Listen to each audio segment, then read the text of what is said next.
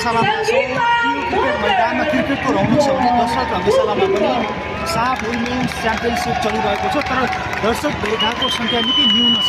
आज माथि नेपालको क्रिकेट क्लब र भुटानको ट्रान्सपोर्ट क्लब बिच भएको खेलमा 0-0को बराबरीमा सकिएको छ भने विशेष गरी हामीसँग भौतिक पूर्वाधार यति राम्रो भौतिक पूर्वाधार हुँदा पनि दर्शकको उपस्थिति नदेखिँदाखेरि यो चाहिँ अलिकति नेपाली फुटबललाई हेला गरे जस्तो देखिएको छ। हामी पृष्ठभूमिमा देख्न सक्छौँ दर्शक भेलाको न्यून सङ्ख्याको उपस्थितिले यसले चाहिँ नेपाली फुटबल कुन अवस्थामा छ भनेर भन्नुपर्ने अवस्था छ। त्यो हिसाबले नेपाली दर्शकले क्रिकेटलाई मात्र होइन फुटबललाई पनि माया गरौँ।